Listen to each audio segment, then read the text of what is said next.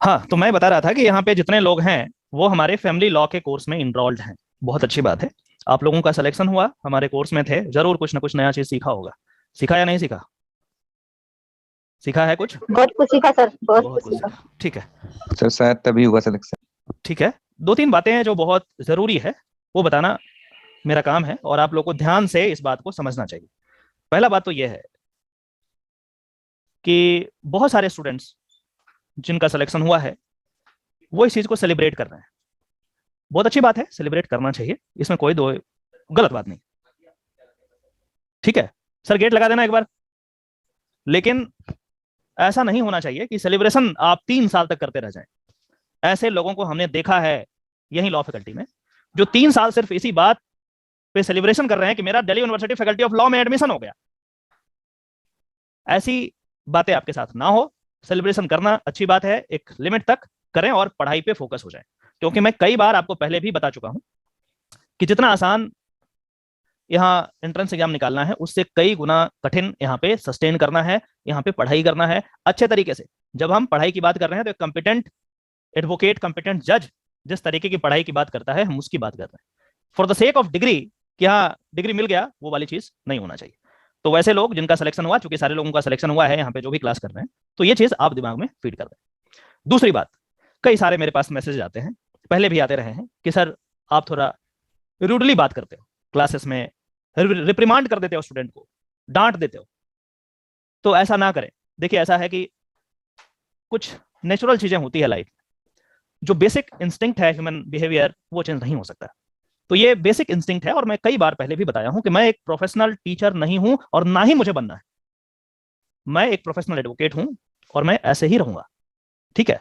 हाँ, हो सकता है कि किन्हीं लोगों को आप में से या किसी और स्टूडेंट्स को ये बात बुरी लगी हो, वो कोई होमवर्क नहीं किया हो तो मैं डांट दिया हूं, तो भाई मैं आगे भी डांटता रहूंगा। मुझे इसमें ज्यादा कुछ चेंजेस करने की जरूरत नहीं है। क्योंकि इतना मुझे पता है कि जब तक आपको डांट नहीं लगेगी तब तक आप शायद उस चीज को सही ढंग से नहीं करेंगे। इसीलिए डांट लगता। हालांकि मैं पर्सनली किसी से कोई ग्रज नहीं रखता, मैं डांट करके भूल जाता हूं कि वो बच्चा कौन था। दूसरी बात तो ये हो गई। तीसरी बात जो आपको बहुत जरूरी है जानना, कि आपके हर एक सेमेस्टर में 5 पेपर होंगे। 5 पेपर लॉ का पास करना ये आसान नहीं है, बहुत टफ है। ठीक है। ये आसान बिल्कुल भी नहीं है। इसीलिए, एक मिनट रुक जाओ। शुभम जी, शुभम जी, सर ये सारिका क्लाइंट का फोन आ रहा है, एक बार चेक करो तो देखो क्या बोल रही है। तो 5 पेपर में से आपको पांचों को करना है। एक बार देखना बात करके, इसका फोन आ रहा है इस क्लाइंट का। 5 पेपर में से पांचों को आपको करना है। और ये जो एक अप्रोच होता है कि चलो हम जब एग्जाम होगा तब हम कर लेंगे, उस समय प्रिपेयर कर लेंगे, दिल्ली यूनिवर्सिटी में यदि आप उम्मीद करते हैं कि अच्छा से पढ़ाई करना है, ये ऐसे नहीं चलने वाला। ठीक है। इसीलिए शुरुआत से ही पांचों पेपर का अच्छे से तैयारी करना होगा। मतलब अभी से, पता नहीं आपका एडमिशन हुआ है अभी या नहीं हुआ है, डॉक्यूमेंट्स आपने दिया है या नहीं दिया है, लेकिन यदि आप कंसिडरेशन जोन में आ रहे हैं जहां पे एडमिशन होने का चांस है, तो आज से ही आप पढ़ना शुरू कर दें। सेलिब्रेशन हो गए बहुत, उसको साइड कर दें। अब आप पढ़ाई पे आ जाएं, क्योंकि यहां सस्टेन करना मुश्किल है। सिर्फ डिग्री के लिए नहीं पढ़े।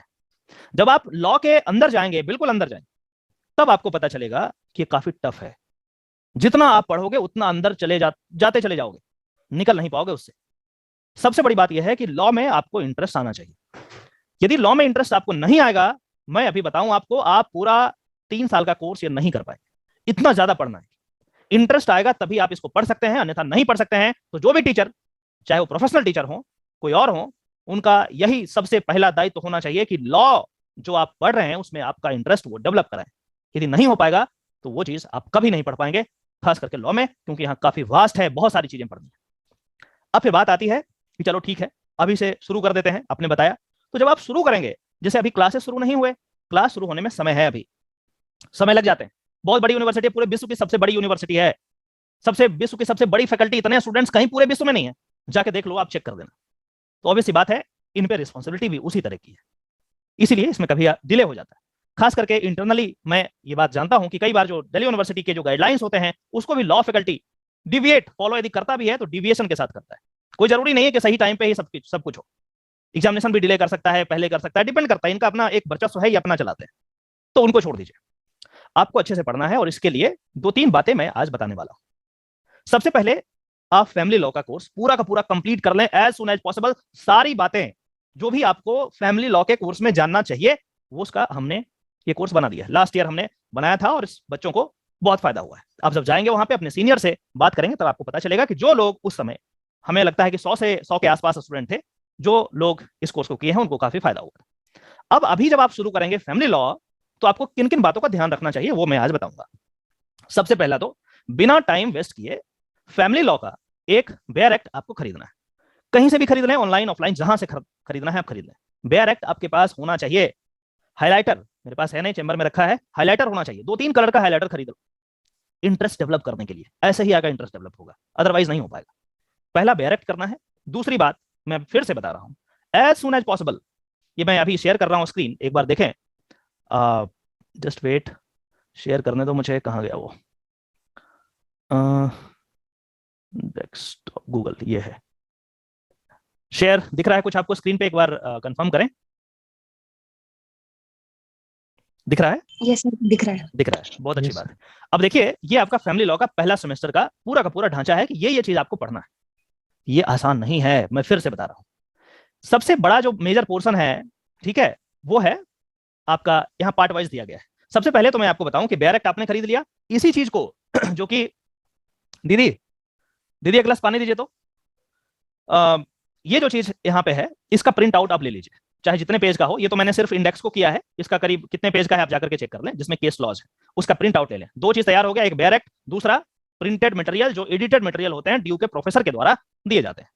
इसको आपको हर स्थिति में पढ़ना है। अब कैसे पढ़ना है वो मैं आपको बता रहा हूं, इसीलिए मैंने ये क्लास लिया है ताकि आपको कोई परेशानी ना हो, ठीक है। यहाँ पे देखिए कुछ बुक्स भी प्रिस्क्राइब्ड है, जरूरत पड़े तो बुक को पूरा नहीं पढ़ना है, सिर्फ रेफरेंस के लिए ही यूज करना है। जैसे मैं बता रहा हूं वैसे यदि करोगे ढंग से, बहुत अच्छा करोगे। डेविएशन होगा, चेंजेस हो सकते हैं, दिक्कतें आ सकती है, क्योंकि सिलेबस ज्यादा है, बुक पढ़ते रह जाओगे पूरा कवर नहीं हो पाएगा। बुक इतना मोटा मोटा होता है, जाके मुल्ला यहाँ पे देखो, मुल्लाज प्रिंसिपल ऑफ हिंदू लॉ जाकर के वॉल्यूम 1 और 2 देखोगे तो इतना मोटी बुक है, 4-5 हजार पेज का होगा, जाके चेक करना। कहां से पढ़ पाओगे भाई, एक भी सेमेस्टर में एक पेपर नहीं पढ़ पाओगे। तो हमें बुक वाला एटीट्यूड नहीं अपनाना है, ये उनको अपनाने दो जो दिल्ली यूनिवर्सिटी में नहीं पढ़ते हैं, ठीक है, थैंक यू। जो दिल्ली यूनिवर्सिटी में नहीं पढ़ते हैं, क्योंकि उनके लिए एडिटर मटेरियल है नहीं, तो क्या करेंगे, बुक ही ओनली ऑप्शन। यहाँ पे हमें कम समय में ज्यादा से ज्यादा सिलेबस को कवर करना है, और अप्रोच क्या होगा वही चीज मैं यहाँ पे बता रहा हूं। तो अब क्या है, बुक आप लेना है तो ले लो, जरूरत नहीं है। सबसे पहले पार्ट 1 हिंदू लॉ लिखा हुआ है यहाँ पे, ये आप देखिए। और पहला एक ही मकसद होना चाहिए कि पहला जो टॉपिक है law of marriage and divorce, that's all, इसी को कंप्लीट करना है। अब जब आप इसको कंप्लीट करेंगे तो आप क्या है, इसमें क्या क्या चीज कवर होगा उसको देखेंगे। तो देखो लिखा हुआ है यहाँ पे, मैं आपको थोड़ा जूम कर दूं इसके, यहाँ पे लिखा हुआ है concept of marriage in general. जो लोग हमसे क्लास पहले ही ले लिए हैं ड्यू एलएलबी के प्रिपरेशन के लिए, उनको क्लैरिटी हो गई इसमें। अभी आपको पता नहीं चलेगा, जब आप क्लास में बैठोगे 100 स्टूडेंट के बीच में, तब आपको पता चलेगा कि आपने क्या पढ़ा है एक्चुअली। एंट्रेंस के एग्जामिनेशन के समय ही क्या लेवल है उस चीज का, वो अभी आपको पता नहीं चलेगा। Just wait for few days, few months, जब आपका यूनिवर्सिटी ओपन होगा और क्लासेस होगी, तब आपको आइडिया होगा कि आप कितने ऊपर हैं बाकियों से। Just wait, just hold down. अब दूसरा है कि द हिंदू मैरिज एक्ट 1955, इसमें नेचर ऑफ मैरिज के बारे में बता रहा है। उसके बाद जो सेक्शन देखो, यहाँ बगल में सेक्शन दिया रहता है, सेक्शन 2, सेक्शन 3 एंड 5, है ना। सोलनाइजेशन ऑफ मैरिज की बात करता है, read with section 7, section 114 of evidence act, registration of marriage section 8, section 11, 12, बस यही करना है। अब एक टॉपिक की हम बात कर रहे हैं, उसी चीज को आप वैसे ही रिप्लिकेट करना आगे। एक टॉपिक हमारा जो यहाँ है, उससे हमें कैसे तैयार करना है। सबसे पहले क्या करना है कि यहाँ पे जो जो सेक्शंस दिए गए हैं, इसी को आपको पढ़ना, सिर्फ इसी को, क्योंकि बेयर एक्ट भी बहुत सारा है, बेयर एक्ट में सेक्शंस भी बहुत सारे हैं। कौन कौन से सेक्शन एक ही बार में पढ़ जाओगे फिर भूल जाओगे। We are not machine, we are human beings. तो अब क्या करना, टॉपिक वाइज करो। टॉपिक में देखो गिन के कितना है, 2 है, 3, 4, 5, मतलब अप टू 18। यहाँ पे जो भी चीज है, अलग अलग आईपीसी का भी है, एविडेंस एक्ट का भी है, जो जो चीज यहाँ दिया गया है सिर्फ उसी चीज को पढ़ो। एक बार पढ़ो, लिखो उसको कॉपी में लिखो, फिर दोबारा उस जो लिखा है ना उसको पढ़ो। तो आपको कम से कम 10-15% आइडिया मिल जाएगा कि क्या कह रहा है, क्या मतलब है इसका, वो आइडिया मिल जाएगा। जहां भी दिक्कत हो जाए तो बुक आप तब रेफर करना, अदरवाइज बुक में आप कहानी राम कहानी पढ़ते चलोगे तो फिर काम नहीं चलने वाला, सिलेबस कंप्लीट नहीं कर पाओगे। इसीलिए जो प्रिस्क्राइब्ड सेक्शंस यहाँ पे दिए गए हैं, चाहे वो फैमिली लॉ से रहे या फिर किसी और लॉ से है, मैंने आपको पहले भी बताया है कि लॉ को आइसोलेशन में नहीं पढ़ा जा सकता। लॉ एक कनेक्टेडनेस होता है, एक सब्जेक्ट का दूसरे से कनेक्शन होता है। आप यहाँ पे देखो, यहाँ फैमिली लॉ की बात हम कर रहे हैं, यहाँ पे एविडेंस एक्ट कैसे आ गया। एविडेंस एक्ट भी पढ़ने होंगे, और एक्चुअल में एविडेंस एक्ट जो है वो आपके सेकंड सेमेस्टर में है, लेकिन for the purpose of this topic of the family law you have to go through section 114 of Indian evidence act. बस दैट्स ऑल। ऐसा नहीं कि फिर पूरा एविडेंस एक्ट पढ़ना शुरू कर दो, नॉट एट ऑल। जो लिखा है सिर्फ उतना ही पढ़ना है। जब ये लिखा एक बार पढ़ा, उसके बाद दोबारा कॉपी पे लिखो, और जो लिखा है ना उसको आप पढ़ो और इसको रिवाइज करते रहो। जब ये चीज हो जाए तो आपको 40% के आसपास आपको आइडिया मिल जाएगा, और जो हमारे स्टूडेंट्स हैं उनको मोर देन 60% का आइडिया मिलेगा, क्योंकि मैंने आपको पहले भर भर के पढ़ाया। अब क्या करना है, अब देखो यहाँ पे केस लॉज है, केस लॉज लिखे हैं, देखो 1 2 3 4 5 6 7 8 9 10 11 केसेस हैं। 11 केसेस हैं जो मेरे स्टूडेंट हैं जिनको लॉ से सचमुच मोहब्बत है, एक भी केस को वो स्किप नहीं कर सकते। जो सिर्फ पास होने के लिए पढ़ रहे हैं वो केस को ना भी पढ़े तो चलेगा, लेकिन वही चीज जब आप कोर्ट में खड़े होगे किसी जज के सामने, या फिर एक अच्छे जज बनना चाहते हो, आप चाहते हो कि कोई वकील पढ़ा लिखा आकर के आपको बेवकूफ ना बनाए, तो आपको एक एक केस को एक एक लाइन बारीकी से, मतलब कैसे मैं बताऊं आपको, जब मैं एनसीईआरटी की बात बताता था, एनसीईआरटी का क्लास करता था, तो मैंने एक एक लाइन उसमें पढ़ा है, एक एक लाइन बताया, वैसे ही बताया है नहीं यहाँ पे। एनसीईआरटी जब मैंने पढ़ाया था आपको क्लास 12 में, याद है? भूल गए सब? याद है आपको? Yes sir. Yes sir. तो क्या मैं एक एक लाइन पढ़ाया था या नहीं पढ़ाया था? Yes sir. Yes sir.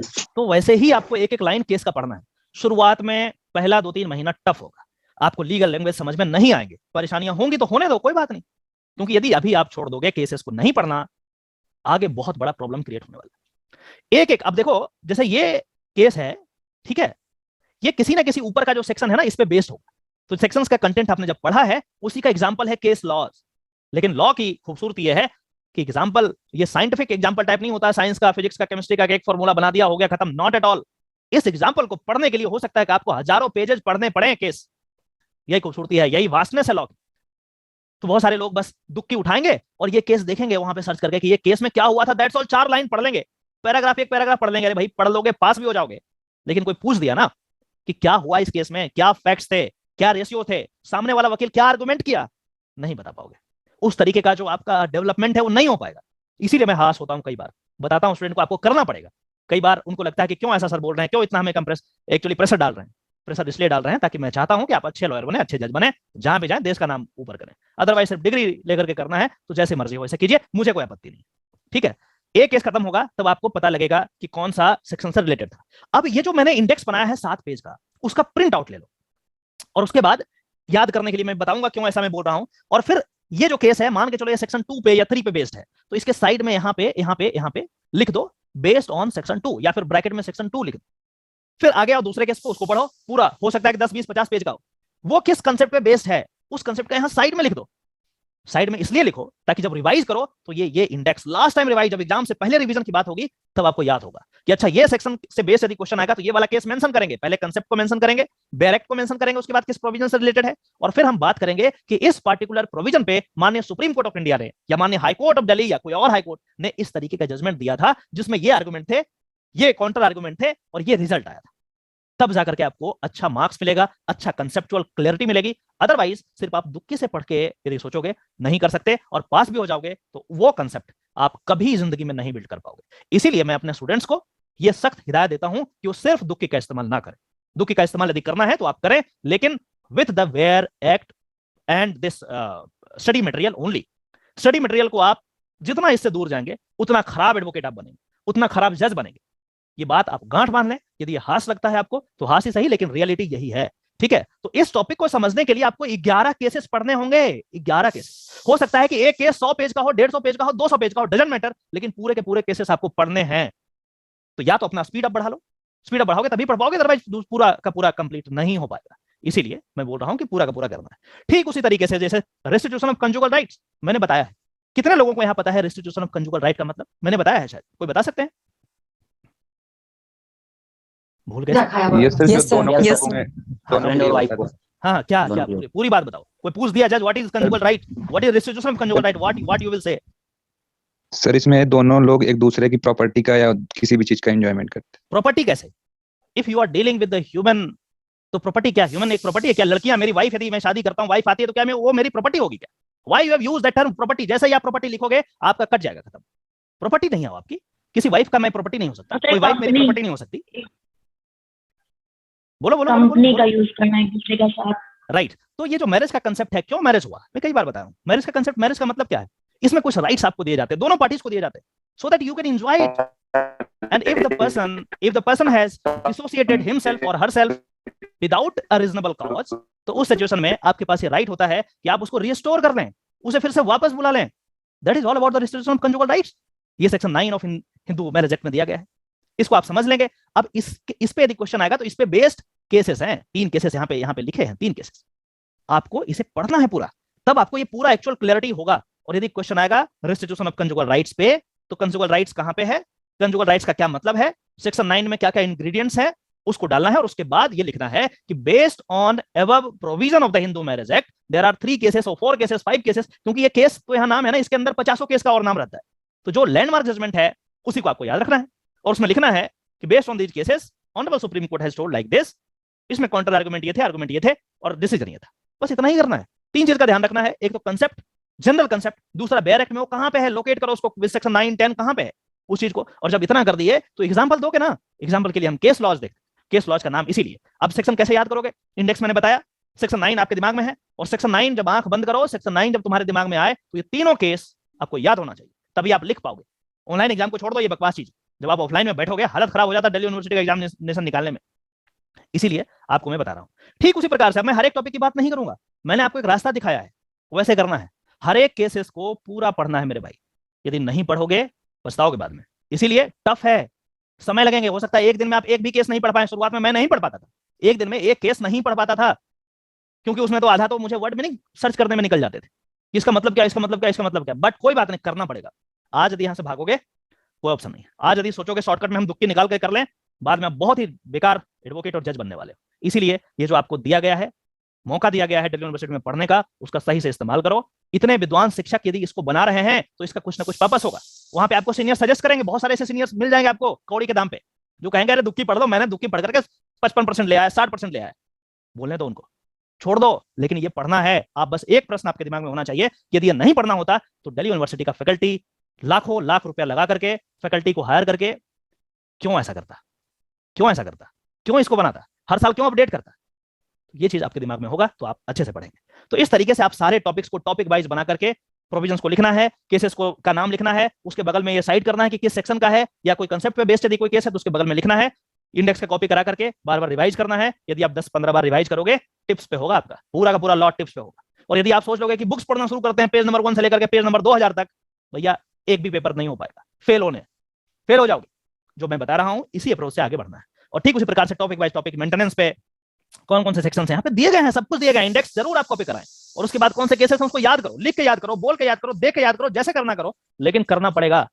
तभी आपको जब आगे वकील बनोगे और क्वेश्चन पूछ देगा जज कि कहां पे है, तो यू कैन शो हिम और हर यहाँ पे है साहब, देखो इस तरीके से, ठीक है। और इसी तरीके से बाकी और भी चीजें हैं आप करोगे। फिर मुस्लिम लॉ में भी इसी तरीके कंसेप्ट का करना है। जो कंसेप्चुअल चीजें हैं वो इस कोर्स में मैं ऑलरेडी इंक्लूड कर दिया हूं। मैं शायद इस कोर्स में ये भी बताया हूं कि कैसे आपको केसेस पढ़ने चाहिए। कोशिश करूंगा कि जब भी कोई आपको दिक्कत हो जाए, कोई परेशानी आ जाए, तो मैं लाइव आकर के, जो भी हमारे इनरोल्ड स्टूडेंट है उसके लिए मैं लाइव आकर के कुछ ना कुछ बीच में जब भी समय मिले तो करता रहूं। टाइम का थोड़ा अभाव है, इस वजह से लाइव हर दिन आना पॉसिबल नहीं है। आप इसको पूरा का पूरा पढ़ें। मुस्लिम लॉ का तो मैंने पूरा का पूरा खुद से नोट्स बना करके किया था, आप जाकर के देखें, उसको पढ़ें, बहुत कुछ सीखने को है। और उसके बाद केस लॉज को जरूर पढ़ें, इस बात का बिल्कुल विशेष ध्यान रखा जाए। दुक्की पे रिलाय ना करें, या यूं कहें कि सिर्फ दुक्की पे रिलाय ना करें, ये सुसाइडल है। आपको कुएं में ढकेल दिया जाएगा और फिर बाहर नहीं निकल पाओगे। पूरा पढ़ें, तभी आप एक अच्छे वकील बन सकते हैं, अच्छे जज बन सकते हैं। अदरवाइज बहुत परेशानी होगी आगे। अभी चूंकि आप इन किए हो, इसलिए मेरा काम है कि आपको सही रास्ता दिखाना। हमें कोई लाभ नहीं होने वाला है, हो सकता है देश को जरूर लाभ हो, आप अच्छे से पढ़ेंगे तो शायद अच्छा कुछ कर पाएंगे, सोसाइटी के लिए कुछ अच्छा कर पाए। मुझे कोई पर्सनल लेवल पे कोई लाभ नहीं होना, इसीलिए अच्छे से पढ़ें, सारे केसेस को आप अच्छे से पढ़ें, ठीक है। और उसके बाद फिर रिवाइज करते रहें।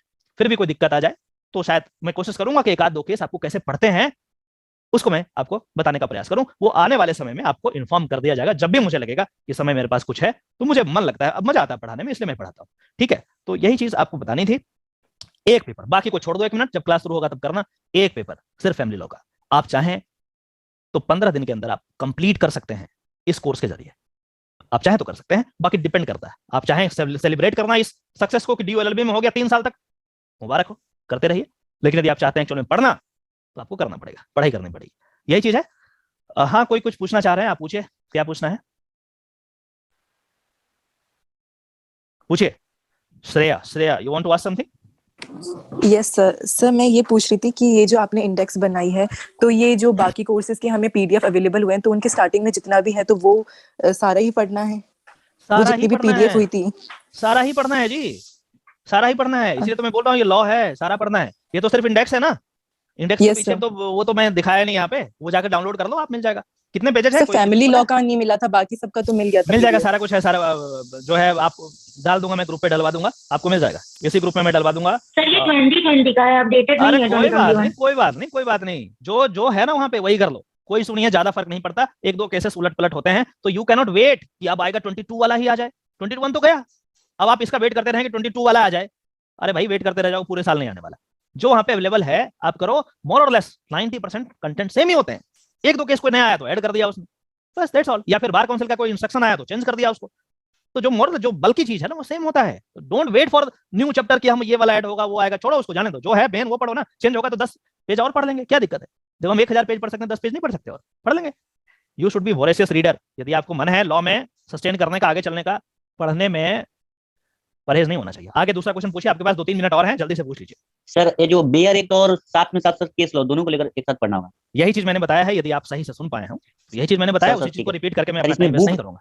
सर इसमें बुक रेफर नहीं करना पड़ेगा ना अभी? क्या मैं इसका आंसर नहीं दिया हूं इस क्लास में? आप सुनते नहीं है क्या ढंग से? बाकी वो बताएं, क्या मैं इसका आंसर दिया हूं या नहीं दिया हूं? अरे दिया हूं या नहीं दिया यस हूं? सर दिया है, तो फिर दिया दूसरा, है। मैं इसमें इरिटेट होता हूँ, ऐसे मत पूछा करो, जब मैं ऑलरेडी मैं बता चुका हूँ तो फिर एक ही चीज को 4 बार रिपीट क्यों करूंगा मैं? इतना टाइम मेरा नहीं है आसान, मेरा समय इंपॉर्टेंट है, आपको पता नहीं है, मैं अभी जस्ट लैंड किया हूँ ऑफिस से घर पे, कपड़े भी नहीं बदले और आपका क्लास लेना शुरू कर दिया, ठीक है ना, एक और अपॉइंटमेंट है अभी, ऐसी चीजें चलती है, तो ये इरिटेट मत करो ये सब पूछ करके, जब मैं ऑलरेडी बता चुका हूँ रिपीट मत करो। अगला क्वेश्चन पूछिए। सर बेयर एक्ट में सर हिंदू मैरिज एक्ट ही लेना है ना, ये सक्सेशन अडॉप्शन तो नहीं लेना? हिंदू मैरिज एक्ट लोगे ना, उसमें उसी में बहुत सारे और भी छोटे छोटे एक्ट उसी में इंक्लूडेड है, so don't worry about it, उसमें ले लो। और एडॉप्शन का हो सकता है, एडॉप्शन भी उसी में इंक्लूडेड है, if I am not wrong, adoption भी उसी में इंक्लूडेड है, आप एक लोगे ना उसमें हो जाएगा, बाकी जरूरत पड़ेगा तो बेयर एक्ट खरीद लेना, पैसे बचाने के चक्कर में मत रहना कि 50 रुपए बच जाएंगे, 100 रुपए बच जाएंगे, क्या करोगे? लिखो वो उसमें, हमें तो ऐसा है कि हमें तो वो होना चाहिए, पेपर होना चाहिए, इसमें लिखा होना चाहिए बेयर एक्ट, कोई भी बेयर एक्ट आपको मिले जहां जरूरत हो उसको खरीद लो, हो सकता है एक ही प्रोविजन हो, कोई बात नहीं, खरीद लो उसको, ये आगे ये आपका एसेट है, आपका इन्वेस्टमेंट है, ये आज इन्वेस्टमेंट कर रहे हो, कल आपको रिटर्न देगा ये, इसीलिए ये करते रहे। अगला क्वेश्चन किसी का है तो जल्दी पूछ ले। सर ये जो फैमिली लॉ वगैरह हम लोगों ने तो एंट्रेंस के टाइम पे भी सुना हुआ था, अदर भी मतलब कॉन्ट्रैक्ट वगैरह आईपीसी सीआरपीसी, बट जूरिस्प्रूडेंस वो तो ना सुना है ना देखा है, कुछ समझ ही में नहीं आता है क्या ये। सर जूरिस्प्रूडेंस का अगर आप एक लेक्चर ले लेते। ठीक है, ठीक है, मेरे पास कई सारे रिक्वेस्ट पड़े हैं, मैं उनको सॉरी भी बोलना चाहता हूं जिनका मैं रिप्लाई नहीं कर पाता हूं, व्यस्तता इतनी है इस वजह से, तो कोशिश करूंगा कि समय निकल जाए, तो मुझे लेने में कोई परहेज नहीं है, कोशिश जरूर करूंगा, टाइम निकाल लूंगा, तो अपने स्टूडेंट्स के लिए मुझे कभी वो नहीं होता है, मैं कर लूंगा, कोशिश जरूर करूंगा। बहुत सारे रिक्वेस्ट ये भी है कि आप पूरा जूरिस्प्रूडेंस पढ़ा दें, लेकिन जो टाइम और एफर्ट जो लगता है ना उसको शायद स्टूडेंट अप्रिशिएट नहीं कर पाते हैं, बहुत टाइम बहुत एफर्ट लगता है उसमें, इतना आसान नहीं है। मैं पहले ही बताया हूं कि मैं एक प्रैक्टिसिंग एडवोकेट हूं, अपने लीगल कामों को छोड़ करके मैं पढ़ा नहीं सकता। हाँ पढ़ाता मैं तब हूं जब मेरे पास समय होता है, जैसे रात में अभी मैं अभी आया हूं, सुबह 9 बजे गया और अभी आया और उसके बाद आपको पढ़ा रहा हूँ, मन है इसलिए, थका हूं मुझे पता है, मुझे मन लगता है पढ़ाने में, इसलिए तो ऐसा समय मिलेगा कभी किसी संडे को तो विल ट्राई कि हम अपने स्टूडेंट्स को कुछ ना कुछ दें। और अगला क्वेश्चन, 2 मिनट आपके पास है, आप पूछें जल्दी से, कुछ पूछना है किसी को? और पढ़ाई अच्छे से करना, इस बात का ध्यान रखें, केसेस को पूरा पढ़ना, इस बात का ध्यान रखें, बेयर एक्ट खरीद लें, इस पार्टिकुलर जो स्टडी मटेरियल है उसका फोटोकॉपी करा लें, क्योंकि जो एक्चुअल बुक मिलेगा उसमें समय मिलेगा, समय लगेगा उसमें, उसका वेट ना करें, जल्दी से जल्दी शुरू कर दें। टॉपिक वाइज एक टॉपिक को छोटा छोटा जो है टारगेट करो, एक टॉपिक फैमिली लॉ का लो, उसमें जो जो प्रोविजंस हैं उसको कॉपी पे लिखिए, कहां से? बेयर एक्ट से। सेक्शन 2 कहां मिलेगा? बेयर एक्ट में मिलेगा, उसको देखिए, लिखिए, दोबारा उसको देखिए, फिर से लिखिए, फिर आपको इस तरीके से याद हो जाएगा, फिर उस पे जो बेस्ड हैं केसेस, उस केसेस का लिस्ट आपके पास बेयर एक्ट स्टडी मटेरियल में मिल जाएगा, ड्यू की तरफ से जो मिलेगा, जिसका फोटोकॉपी आप कराएंगे, और उसके बाद फिर आप उसको पूरा पढ़ें, डिक्शनरी का यूज आए तो उसको करें, जो अच्छी अच्छी बातें हैं उसको नोट डाउन करके रखें। इस तरीके से आप करेंगे तो एक अच्छे वकील, अच्छे जज बन पाएंगे, और थोड़ा भी डिविएशन आपको गलत दिशा में ले जाने के लिए मजबूर कर सकता है, तो इसलिए इसका ध्यान रखें। ठीक है, तो आज के लिए बस इतना ही, बाकी जरूरत होगा तो हम आपको क्वेश्चन की आंसर क्या, सॉरी सर, जो क्वेश्चन है उसका आंसर राइटिंग अगर एक क्वेश्चन का कर देंगे, पहले पूरा पढ़ें, पहले मत छोड़ो, ये जो मैं बोल रहा हूँ उसको करो पहले, वो अपने आप हो जाएगा, डोंट वरी, वो लास्ट में बता दूंगा, लास्ट में बता दूंगा, परेशान मत हो। सर कोई ऐसा डिक्शनरी जो लॉ से रिलेटेड हो? गूगल है।